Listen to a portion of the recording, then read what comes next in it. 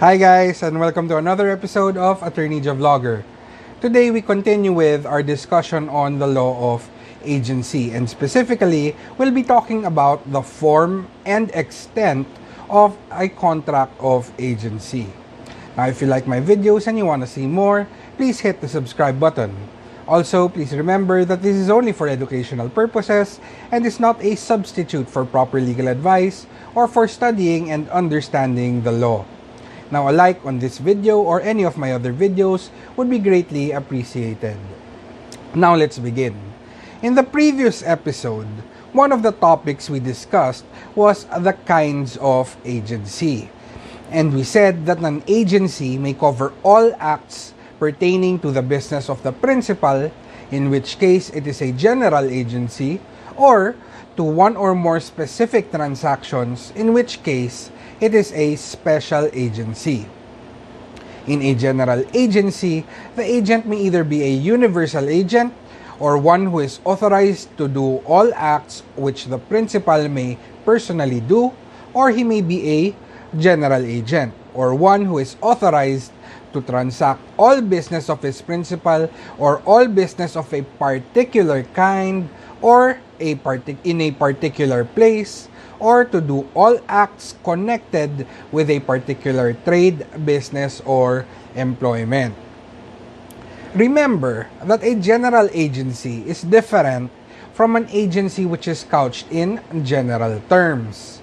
A general agency refers to an agency which comprises all the business of the principal, and a general agency may be couched either in general or special terms. An agency which is couched in general terms may either be a general agency if it comprises all the business of the principal, or an agency couched in general terms may be a special agency if it comprises only one or more specific transactions. Now, an agency couched in general terms pertains to the nature of the juridical act which the agent is authorized to execute. As long as the agency is couched in general terms, then under Article 1877, it comprises only acts of administration. It's very important. Okay, even if the principal states that he withholds no power, or that the agent may execute such acts as he may consider appropriate, or even though the agency should authorize a general and unlimited management, as long as the agency is couched in general terms, then it comprises only acts of administration. And what are acts of administration? They are those which refer to the enjoyment, exploitation, and alteration of the thing which do not affect its substance or form. More importantly, they do not imply the authority to alienate or transfer ownership, which falls under ownership or strict dominion. Simply put, acts of administration usually involve the power to manage the property as long as it does not involve performing any act of ownership such as sale, transfer, or any other disposition. Now, this brings us to the form of contract of agency.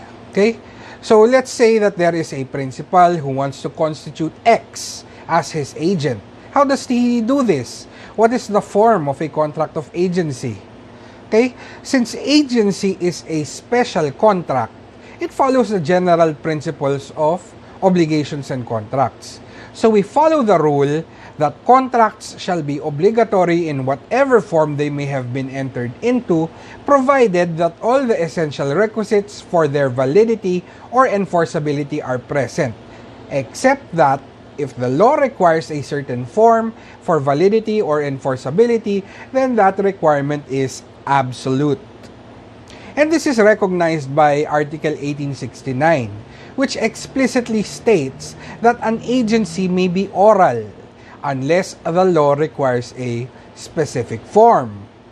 In other words, generally, there are no formal requirements to create the agency as long as all the elements which I discussed in the previous episode exist. However, If the law requires a certain form, then that requirement is absolute. An example would be in Article 1874, which states that when a sale of a piece of land or any interest therein is through an agent, then the authority of the agent shall be in writing. Shall, okay? Otherwise, the sale shall be void. Take note that it is the authority or the power of attorney that must be in writing. Okay? Yung SPA or GPA as the case may be, but SPA. The authority or the power of attorney must be in writing, and if it is not, then it is the sale of the land that will be void. Okay? That's the effect if the authority of the agent is not in writing. But what if it is the sale of the real property that is not in writing? The deed of absolute sale, it's not in writing. But the authority is in writing. Is the sale void? No. Is the sale valid? Also no. Remember your obligations and contracts. In that case, where the sale of the real property itself is not in writing, but the authority of the agent is in writing, then under subparagraph E of paragraph 2 of Article 1403, which is the statute of frauds, it is unenforceable. Okay? So, take note of 1874. That's very important. Now, what if land is sold by an agent without a written authority, and then later on, the principal ratifies it? Can the buyer enforce the sale? No, because 1874 expressly makes the sale void. And if you remember your oblicon, void contracts cannot be ratified because they have never existed. So what is the remedy? Remedy is simple. You just make a new contract. So in the case of a general agency couched in general terms, the grant of this authority may be done orally by the principal to the agent, especially since an agency couched in general terms only comprises acts of administration. The principal can also grant the authority to the agent in writing in what is known as a power of attorney. And what is a power of attorney? A power of attorney is an instrument in writing by which a person as principal appoints another as his agent and confers upon that agent the authority to perform certain specified acts on behalf of the principal. Such power of attorney must be strictly construed or interpreted, and the instrument will be held to grant only those powers which are specified in the document. The agent cannot go beyond nor deviate from the power of attorney. Take note, the law does not require a specific form. All that is needed is that the power of attorney clearly show the agent's authority on the face of the document. It doesn't even have to be notarized to be valid. And review your oblicon as to the effect of notarization. What's the effect of notarization? It converts a private document to a public document. Okay? And notarization is not necessary for validity unless there is a law that requires notarization for validity. Now, a power of attorney may be general or special. A general power of attorney or GPA permits the agent to do all acts for which the law does not require a special power. However, take note that the special power of attorney can be included in the general power when the act or transaction for which the special power is required is specified therein.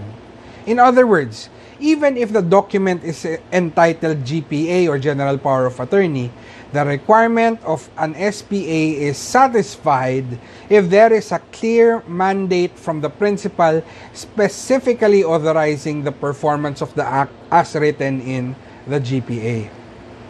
Therefore, as a general rule, GPAs cover acts of administration because the list in Article 1878 requires SPAs or special powers of attorney for acts of strict dominion. Thus, in order for an agent to perform an act of strict dominion or ownership over things belonging to the principal, an express or special power of attorney or an SPA is needed. And what is an SPA? An SPA or a special power of attorney is an instrument in writing by which the principal appoints an agent and confers upon the agent authority to perform certain specified acts or kinds of acts on behalf of the principal. The SPA is given in favor of a special or particular agent, meaning one who is authorized to act in one or more specific transactions or to act upon a particular occasion. The scope of the agent's authority is what appears in the written terms of the power of attorney. Now, while third persons are bound to inquire into the extent of the scope of the agent's authority, take note that they are not required to go beyond the terms of the written power of attorney. They can just rely on the face of the document and they do not have to ask additional questions, no? Are you allowed to do this, etc., etc., no? In other words, third persons cannot be adversely affected by a secret understanding between the principal and his agent as to the limits of the agent's authority. Third persons do not have to concern themselves with instructions given by the principal to his agent outside of the written power of attorney. So they have the right to rely only upon the face of the document. Now, Article 1878 gives us a list for which a special power of attorney or SPA is necessary. And take note that this list is comprised of acts that are of strict dominion or ownership, and that is why an SPA is necessary. Take note also that this list in 1878 is not exclusive. So the first act for which an SPA is needed is to make such payments as are not usually considered as acts of administration. So you have to distinguish what is being done in order to determine if an SPA is necessary or not. Because if payment is done in the ordinary course of business, then it is a mere act of administration. And therefore, it is included in an agency couched in general terms, for which no SPA is required. An example would be in the case where the principal has given the agent authority to buy something like shoes or land. And this authority to buy necessarily carries with it the authority to pay for what is being bought. So a separate SPA to make payment is not necessary. It is where payment is to be made as a disposition that it becomes an act of ownership for which an SPA will be required. Like for example, pay this third person 500 pesos. Okay? That's an act of disposition. It was not to buy or in aid of anything else. The trick here is to see if the acts are mere incidents or consequences of each other, or are they separate acts involving ownership which require an SPA. The second act would be which requires an SPA would be to effect novations which put an end to obligations already in existence at the time the agency was constituted. I suggest you watch my episode on novation in my playlist of obligations and contracts to review the principles of novation. The third act listed in 1878 would be to compromise, to submit questions to arbitration, to renounce the right to appeal from a judgment, to waive objections to the venue of an action, or to abandon a prescription already acquired. Take note, however, of Article 1880. A special power to compromise does not authorize submission to arbitration because there are two different acts. A compromise involves the parties to the compromise, while arbitration involves another party who is the arbitrator. So in other words, while the principal may have confidence in the agent to enter into a compromise, he may not necessarily trust the arbitrator. So a separate SPA is needed for arbitration. The next act which requires an SPA would be to waive any obligation gratuitously. This is condonation or remission. And for the acts I mentioned in the second, the third, and the fourth acts, these are all acts of ownership. Why? Because they involve the possibility of disposing of the thing or right of the principal.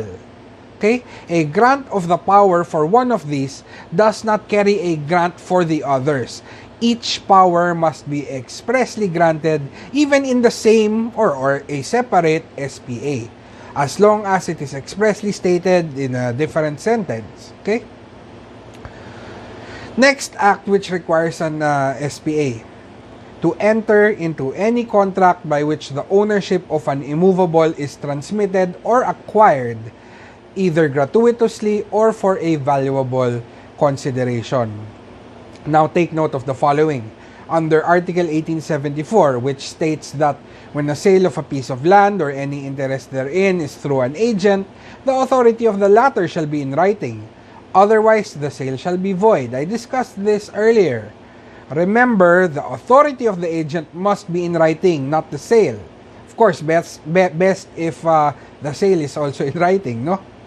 Because if the authority of the agent is in writing and the sale is not, the sale of the land will be an unenforceable contract. I discussed this already. Just rewind.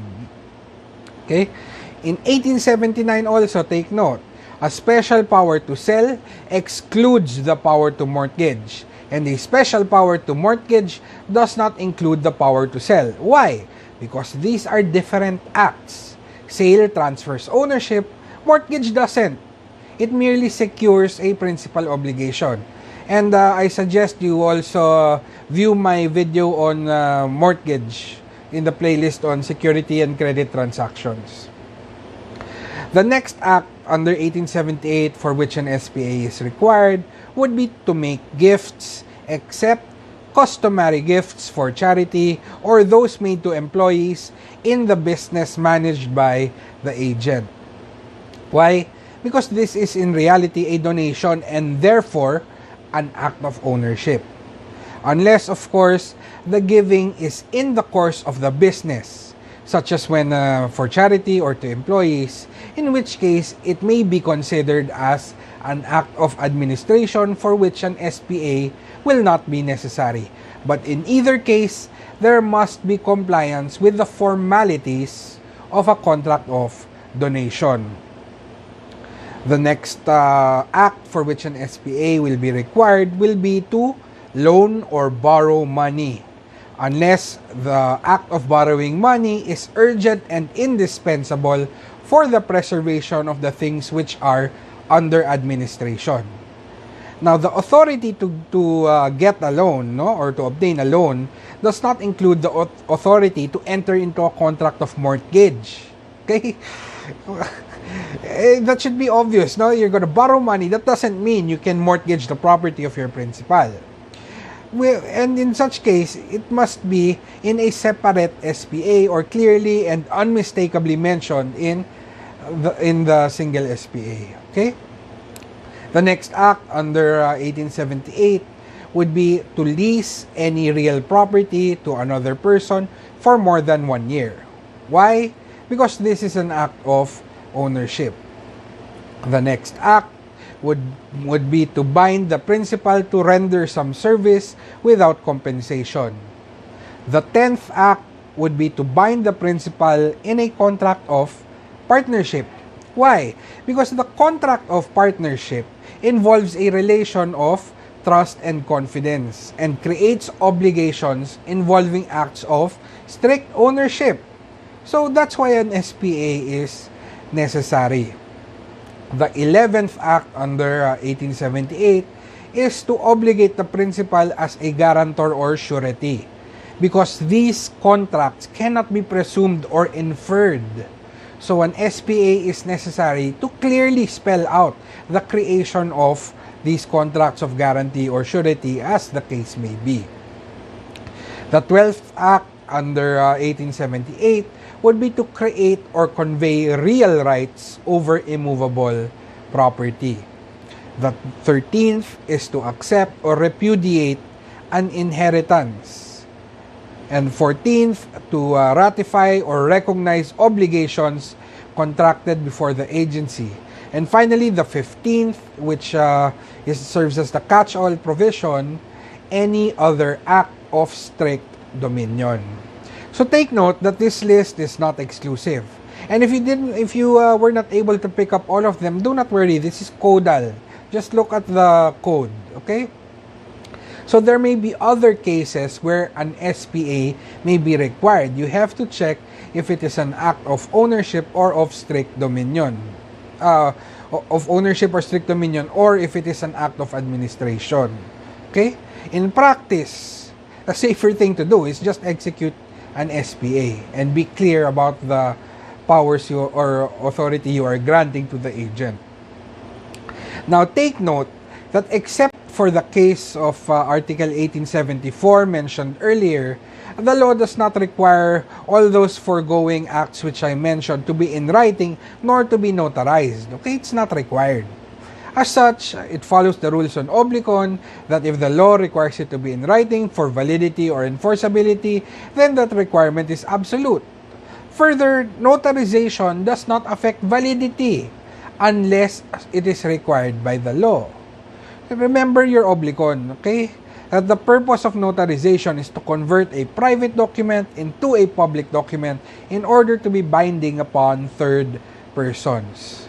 Also, if an SPA is executed in a foreign country, it must be certified in accordance with the prevailing rules.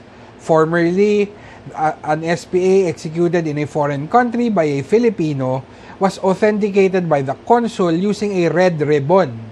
But now, as of the time of this recording, the process is through an apostille, okay, APOSTILLE, which is a certificate that authenticates the origin of a public document. Now, what is the effect of a lack of an SPA where one is required? Then the transaction will be unenforceable because it falls under the first paragraph of Article 1403 on unenforceable contracts. This is why you have to have a strong foundation in your oblicon. You will keep going back to this in the special contracts, okay? Remember that the first paragraph of Article 1403 states that those unenforceable contracts include those entered into in the name of another person by one who has been given no authority or legal representation or who has acted beyond his powers. Finally, take note that every grant of power implies and carries with it as an incident the authority to do acts or use whatever means as are reasonably necessary and proper to the accomplishment of the purpose for which the agency was created, unless the inference of such power is expressly excluded by the instrument creating the agency or by the circumstances of the business to which the agency relates.